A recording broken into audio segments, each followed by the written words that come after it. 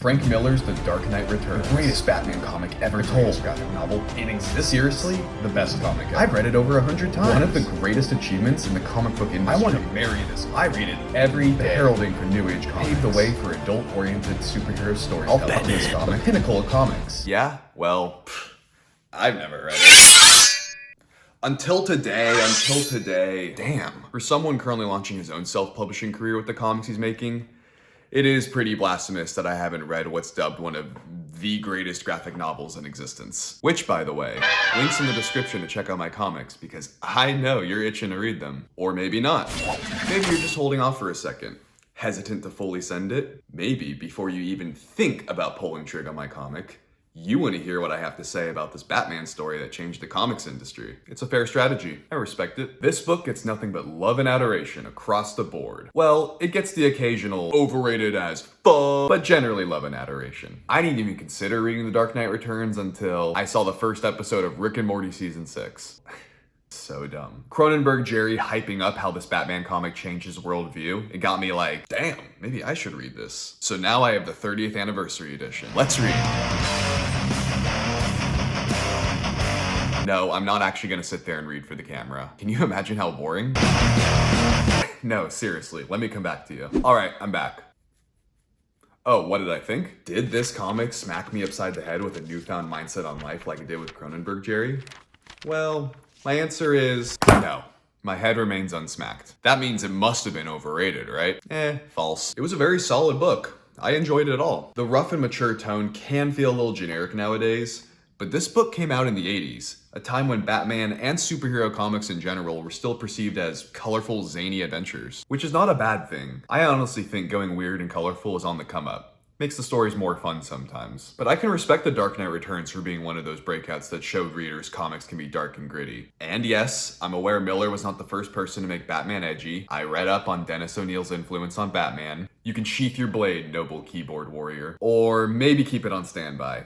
Because I wanted to do a quick rundown on my thoughts and some comments about my reading experience. And even though this book is a couple decades old, and I don't really plan on talking about the story itself too much, I'm gonna be kind and announce a gentle spoiler warning. Right off the bat, the 16-panel grid was a wild choice. An absolute sardines in a can play. And I liked it. At times. Other times, I disliked it.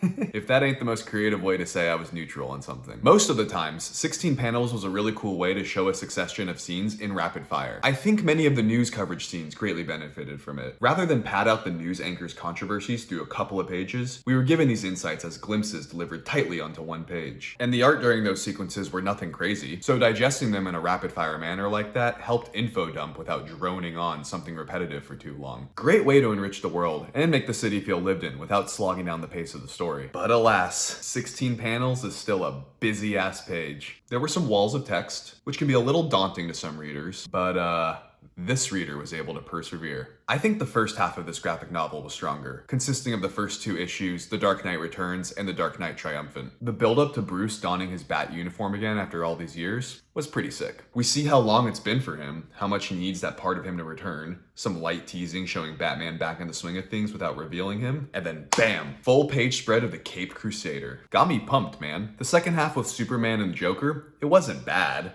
But there was just something about that first leg that got me hooked. The mutant gang felt like an overarching conflict that just gave me some consistency. I'm not saying there needed to be one big bad for this story, but we go from Harvey Dent to the mutant gang to the Joker to the riots to Superman, and the external conflict in that regard just came off a little jumbled to me.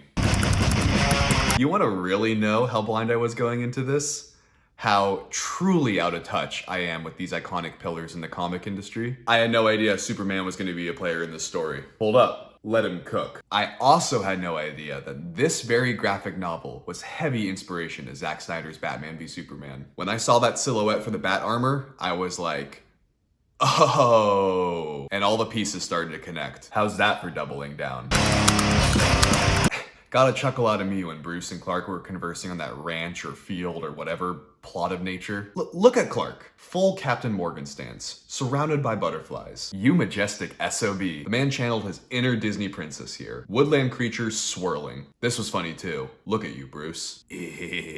Now let's talk art. I didn't mind the rush line work. In fact, I thought some of those simplistic choices helped bring a very unique style to everything. Sometimes when I'm drawing characters, I can feel a little bit stressed that they don't look distinctive enough from each other because I'm trying to draw all these slightly realistic features. But this graphic novel was some nice inspo for me. Give that guy a trapezoid head. How does that woman's hair even stay up? The mutant leader has some weird ass teeth. Does it look normal for a human? No, he looks like a child's drawing of a monster man. But it helped convey the idea he is a savage threat. And when you're the ruler of a bunch of colorful sci-fi punks that look like the bullies from Back to the Future 2, might as well take some design liberties. Some cool coloring choices in here too. Things I could take note of for my own work. Specifically the use of simplistic and monochromatic colors. I have the tendency to give every object, every distinguishing feature, its own color. You look at a pile of trash. The apple core's gotta be red. The tire, black. The rusted pipe, gray. I need to get good at dousing the pile as one color, especially if it's in the background. Well, The Dark Knight Returns amps it up even more. There are panels where one color dominates everything. Look at Batman fight the police in the smoke. One color. It gives it a sense of uniform. Here's Batman in a mud brawl. They aren't colored their normal color scheme and then layered with mud color. They're simply covered head to toe in the mud color. And you could still make out all the characters and actions. I think that's really cool. Here are some other panels I thought were cool. I like the hatching on Batman's face here. The high contrast on this panel, sick. This one of Batman falling down to the city.